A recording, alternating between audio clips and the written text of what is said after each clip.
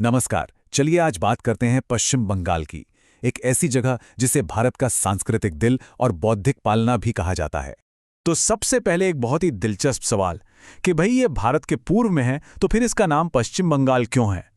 तो बात दरअसल 1947 की है, जब भारत का बंटवारा हुआ।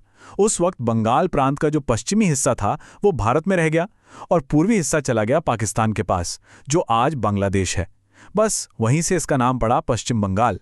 एक बहुत मशहूर कहावत है जो अक्सर गोपाल कृष्ण गोखले से जोड़ी जाती है। जो बंगाल आज सोचता है, भारत उसे कल सोचता है। ये लाइन एक तरह से हमारी आज की चर्चा का पूरा सार है। हम यही समझने की कोशिश करेंगे कि आखिर ये इलाका पूरे इतिहास में इतना इन्फ्लुएंशियल क्यों रहा। समाज सुधार से लेकर आज़ादी की लड़ाई तक इसने हमेशा रास्ता दिखाया है। अब देखिए, बंगाल के मिजाज को समझना है तो पहले इसकी जमीन को समझना पड़ेगा।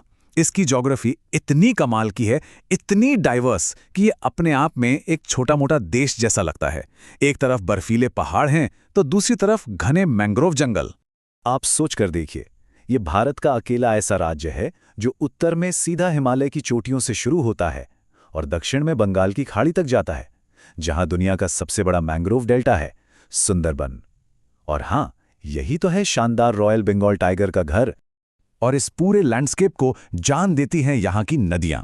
गंगा, जो यहाँ भागीरथी हुगली बन जाती है, और तीस्ता। ये नदियाँ मानो इस राज्य की नसें हैं। ये सिर्फ जमीन को सींचती नहीं, बल्कि यहाँ की संस्कृति और अर्थव्यवस्था को भी सदियों से एक शक्ल देती आई हैं। तो ये तो हुई भूगोल की बात।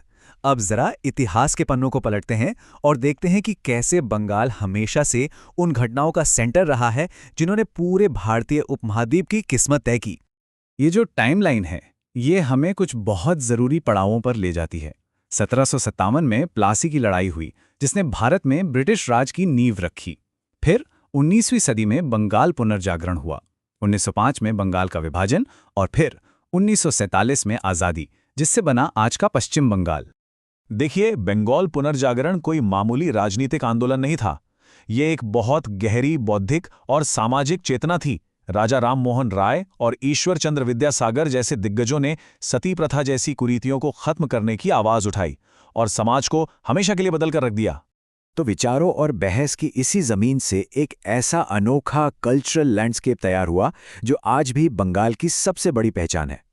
और जब कल्चर की बात हो तो साहित्य का जिक्र तो सबसे पहले आएगा। इसका सबसे बड़ा चेहरा है रविंद्रनाथ टैगोर, एशिया के पहले नोबेल विजेता। सोचिए, उनकी लिखी बातें आज भी यहाँ लोगों के रोज़मर्रा की जिंदगी का हिस्सा हैं। और ये कोई छोटी बात नहीं कि उन्होंने एक नहीं बल्कि दो दो देशों को उनके राष्ट्रगान दिए, भारत और बांग्लादेश। साहित्य से आगे बढ़ें तो आता है सिनेमा। यहाँ भी सत्यजीत रे जैसा नाम है, जिन्हें ऑस्कर मिला। उन्होंने बंगाल की कहानियों को, भारतीय सिनेमा को दुनिया के नक्शे पर ला खड़ा किया और कोलकाता को आर्ट हाउस सिनेमा का एक ऐसा हब बनाया जिसकी मिसाल आज भी दी जाती है। और फिर है दुर्गा पूजा। देखिए, ये सिर्फ एक धार्मिक त्योहार नहीं है, ये तो एक जबरदस्त कल्चरल कार्निवल है। यूनेस्को ने इसे दुनिया का सबसे बड़ा स्ट्रीट आर्ट फेस्टिवल कहा है। और सच भी है, उस दौरान पूरा राज्य एक जीती जागती आर्ट गैलरी बन जाता है। हर तरफ कमाल की कारीगरी और क्रिएटिविटी देखने को मिलती है। इस पूरी कल्चरल सोल के दिल में बसती है एक खास चीज, अड्डा। अड्डा मतलब दोस्तों के साथ बैठकर लंबी, बेफिक्र और गहरी बातें करना, राजनीति से लेकर कला तक, किसी भी टॉपिक पर। यह अक्सर चाय की दुकानों पर या घरों में होता है और यही वो जगह है जहां नए नए विचार जन्म लेते हैं। तो इतिहास और कल्चर की ये जो आगे बढ़कर सोचने वाली विरासत है, वो आज के बंगाल के इंफ्रास्ट्रक्चर और इकोनॉमी में कैसे झलकती है, चलिए देखते हैं।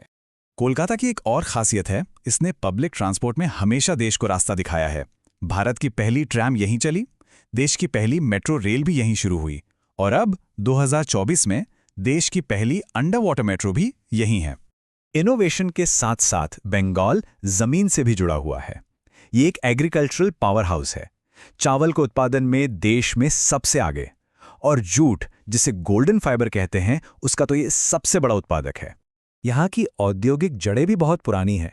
भारत की सबसे पुरानी कोयला खदान रानीगंज में यहीं है। और एक और अनोखी बात, कोलकाता का श्यामा प्रसाद मुखर्जी पोर्ट, ये देश का इकलौता बड़ा नदी बंदरगाह है, मतलब समुद्र से काफी अंदर, जो इसे व्यापार के लिए बहुत खास बना देता है। तो कल्चर, इतिहास और इनोवेशन की इस पूरी कहानी को जब हम एक साथ देखते हैं तो बंगाल की पहचान क्या बनती है? इसकी पहचान झलकती है यहाँ की खास चीज़ों में, जिन्हें जीआई टैग मिला हुआ है। ये एक तरह से क्वालिटी और उस जगह की खासियत की गारंटी है, चाहे वो चाय की चैंपियन कही जाने वाली दार्जिलिंग चाय हो, या बांग्ला रसोगुल्ला, या फिर खूबसूरत बालूचेरी साड़ियाँ। और ये पहचान सिर्फ खाने पीने या पहनने की चीज़ों तक ही सीमित नहीं है।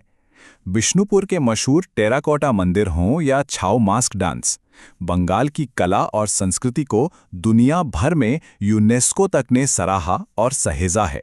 तो आखिर में एक सवाल मन में आता है, आज के इस दौर में जहां हर चीज इंस्टेंट है, जहां सूचनाओं की बाढ़ है, क्या बंगाल की वो धीमी सोच समझकर बहस करने की संस्कृति, मतलब अड्डा, पहले से कहीं ज्यादा जरूरी नहीं हो गई है?